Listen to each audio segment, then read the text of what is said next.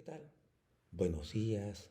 En esta ocasión, como hemos tenido la oportunidad de hacerlo, en otras tenemos la oportunidad de hablar de algunos aspectos vinculados a la investigación. En este caso, sobre la importancia de los textos especializados, en el entendido que esta presentación es para dar algunas pistas que te permitan a ti, como estudiante en formación, comprender por dónde va la importancia de estas fuentes que siempre estamos obligados a consultar cuando estamos inmersos en el proceso de planeación y diseño de un proyecto de investigación.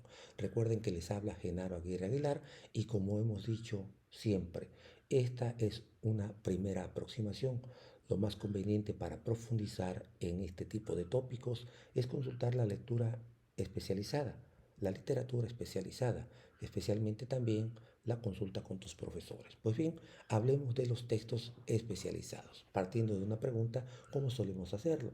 ¿Qué son este tipo de fuentes? Primero, hay que entenderlos como recursos documentales que sirven de apoyo a un investigador en el contexto de una indagación académica. Y cuando hablamos de un investigador, no queda exento, por supuesto, aquel estudiante que está en un proceso formativo y que tiene ante sí el reto de diseñar un proyecto de investigación. Son disertaciones académicas o científicas, dice aquí, que permiten ampliar el horizonte de comprensión y explicación de los problemas o fenómenos que a nosotros nos interesa indagar. Y eso es especialmente importante que lo comprendan. De allí que por convención, cuando estés planeando un proyecto de investigación, se te requiera la consulta de fuentes especializadas. Suelen clasificarse en fuentes primarias o secundarias. De eso hablaremos algo al respecto, así como también haremos algunas ponderaciones en el contexto contemporáneo. Todos suponen fuentes de consulta que pueden referenciarse en los textos que producen las comunidades académicas. Es decir, tú que estás en un proceso formativo a nivel universitario, perteneces a una comunidad académica que te demanda la planeación de un proyecto y por lo tanto estamos o estás obligado a la consulta de aquellos textos que te van a permitir acercarte a planteamientos, a postulados, a tesis de autores que van a permitirte fundamentar tu proyecto de investigación y con ello ganar en legitimidad al respecto de pertenecer a una comunidad que te exige este tipo de procedimientos. Ahora hablemos particularmente de los tipos de fuentes. Si hacemos referencia a las fuentes primarias, tendremos que señalar que son todos aquellos documentos que favorecen la consulta de primera mano de información o contenido vinculado al tema, al tópico, al problema, al fenómeno que tú pretendes estudiar. En ese sentido, estaríamos hablando de artículos científicos o académicos, a capítulos de libro, a libros, por supuesto, y a fuentes digitales o electrónicas avaladas por organismos de reconocido prestigio. Y esto es especialmente importante porque no perdamos de vista que se dice somos parte de una sociedad a la que se conoce como a veces de información y cada vez más hoy del conocimiento y por lo tanto hay mucha información disponible para todos aquellos que necesiten de la consulta, de la revisión de documentos que le permitan ampliar el horizonte de explicación, de comprensión de aquellos objetos que le interesa investigar. Y por lo tanto es importante que sepamos explorar, consultar, seleccionar para poder apropiarnos de aquellas fuentes que en estricto sentido son legitimadas por su comunidad, por nuestra comunidad académica. Mientras tanto que las fuentes secundarias son, como su nombre lo da a entender, fuentes complementarias que regularmente también podemos consultar para ir abonando a este proceso de fundamentación del proyecto que estamos nosotros diseñando. Y para ello se habla de archivos, de hemerotecas, de páginas electrónicas o blog, de conferencias o ponencias y también de tutoriales. Cada vez más en el contexto de la llamada sociedad de la información o del conocimiento, tenemos a nuestra disposición múltiples formatos que nos proveen de contenidos, de fuentes que pueden también ir sumándose a este ejercicio de diseño del proyecto de investigación de manera complementaria, y para ello siempre será importante que nosotros distingamos aquellas que son primarias de aquellas que son secundarias. Pero también lo más importante es que sepas finalmente cómo referenciarla, es decir, cómo acreditar a los autores a partir del tipo de fuente, porque en el contexto de hoy es importante que sepas tú como estudiante en formación qué es lo que se te exige si tú vas a consultar un artículo científico o vas a consultar un tutorial, pero además y específicamente tú lo vas a referir o a citar en tu documento. Tienes que saber cómo acreditar qué tipo de información de esa fuente tienes que presentar y en qué estructura finalmente se te exige hagas uso de ella dependiendo del tipo de cita, por ejemplo, o en relación a enlistado todas aquellas fuentes que tú finalmente vas a incorporar en la parte última de tu documento. Hablemos particularmente de los tipos de artículos, aquellos que son científicos de aquellos que son académicos. ¿Por qué? Porque finalmente son las fuentes especializadas que más garantía ofrecen a quien los consulta de estar frente a una lectura que maneja un contenido especializado, pero que además ha pasado por un proceso de validación o de dictaminación por pares, es decir, por un grupo de dictaminadores que han dicho sí a uno y otro texto para que sea publicado. En el caso de los científicos, estaríamos haciendo referencia a aquellos escritos que tienen como principio ser un avance o el resultado de una investigación. Esos estrictamente son científicos y regularmente son el tipo de fuente que se emplea, por ejemplo, para la elaboración de estados del conocimiento, a veces llamados estados de la cuestión, incluso también conocidos como estados del arte. Para poder distinguir una de la otra, te sugerimos la consulta con tu profesor de metodología o también en la literatura. Hay muchos documentos que hablan al respecto, así como tutoriales.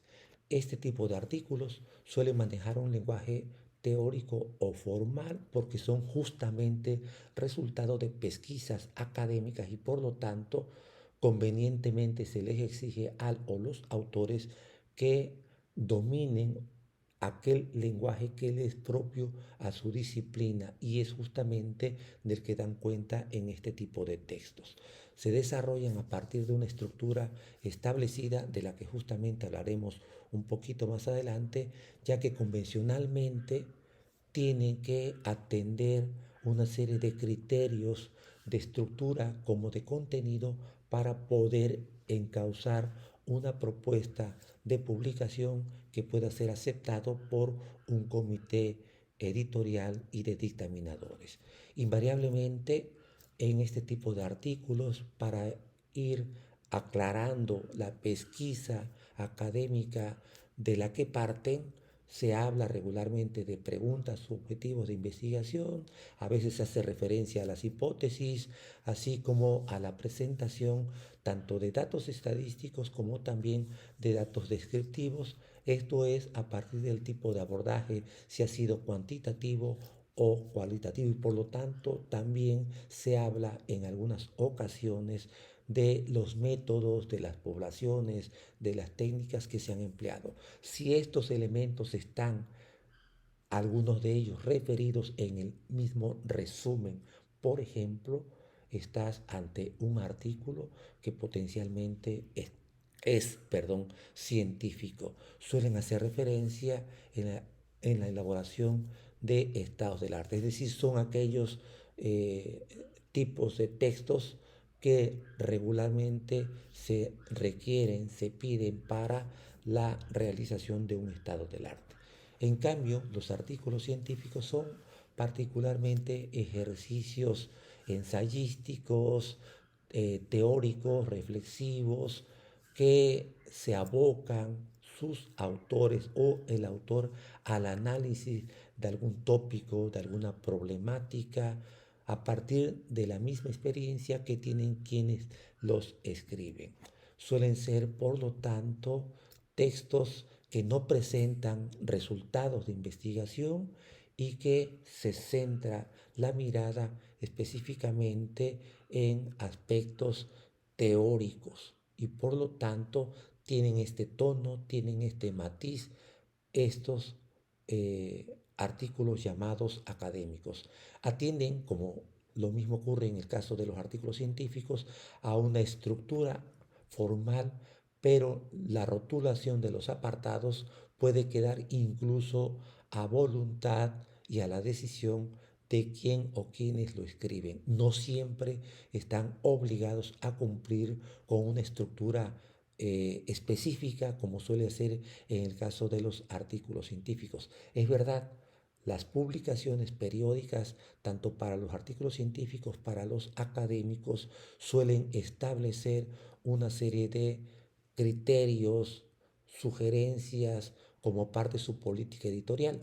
En este caso, los autores tienen que cumplir finalmente qué es lo que se les requiere. Sin embargo, a diferencia de los científicos, los académicos, en la medida en que tienden más a lo ensayístico, hay una amplitud para que él o los autores finalmente eh, se aboquen a lo que ellos consideran es lo oportuno y necesario presentar en este tipo de artículos. Se emplean regularmente para fundamentar teóricamente un trabajo de investigación. ¿A qué nos referimos en este punto? A que este tipo de artículos en específico suelen ser un aporte para aquellos proyectos de investigación que requieren un ejercicio de fundamentación, por ejemplo, para el marco referencial, para el marco teórico, para el marco conceptual y por lo tanto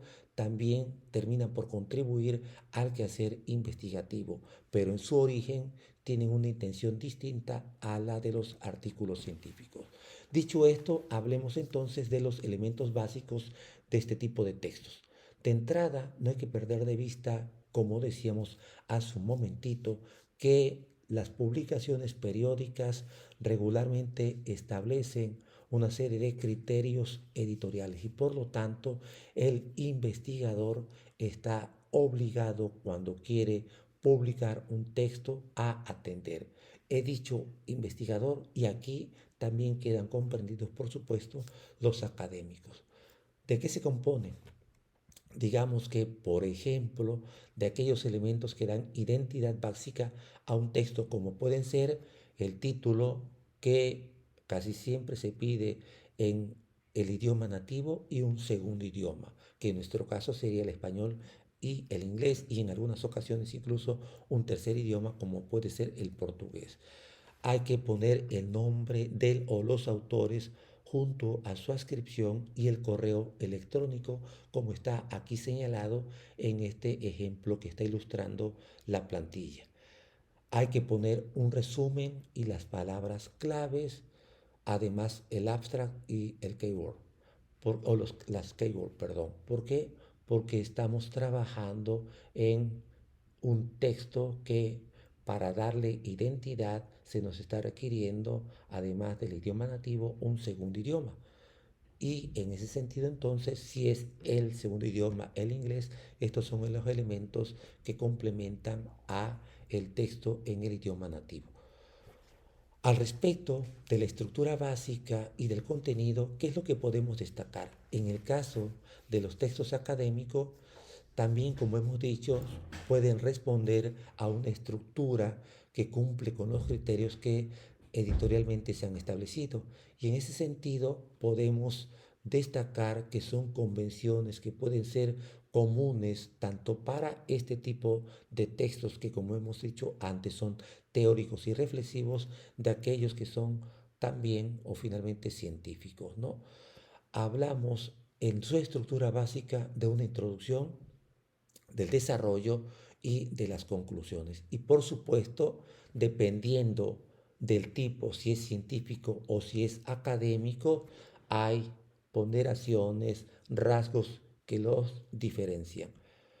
Y lo que siempre va a estar presente también son las fuentes o las referencias, es decir, el enlistado de todas aquellas fuentes que estrictamente se han citado, se han referenciado en el texto que estamos presentando, que puede ser científico o puede ser académico. Por lo tanto, si hablamos de una introducción, es un apartado que presenta el tópico que vamos a abordar, muestran elementos que permiten comprender el problema, como lo hemos fundamentado teórica y metodológicamente. Si hablamos del desarrollo, por ejemplo, comprende la exposición de resultados de su análisis, recrean la discusión e interpretación que de los resultados se hacen por parte del o de los autores. En las conclusiones es el cierre de lo que se ha expuesto y por lo tanto suelen presentarse un resumen o la síntesis de lo que anteriormente han desarrollado, y por supuesto las referencias, que son las listas de todas aquellas fuentes empleadas en el texto, únicamente esas y no otras que pudimos haber consultado pero que no hemos citado en el documento o no han citado en el documento los autores. Finalmente, algunos apuntes finales para destacar lo más importante de lo que aquí hemos hablado. Primero, los textos especializados son escritos que pueden agruparse en fuentes de consulta, ya sean primarias o las secundarias, y pueden ser de dos tipos: los artículos científicos y los artículos académicos, particularmente los reflexivos, ensayísticos o teóricos. Y por su tipo también pueden dar cabida en su condición a distintas, distintos tipos, de fuentes de consultas, como son las primarias y las secundarias. Pero además en el soporte pueden ser también capítulos de libros, tutoriales, conferencias, ponencias, en fin, esta gama de fuentes que hoy afortunadamente todo aquel que pretende realizar una investigación tiene a un clic.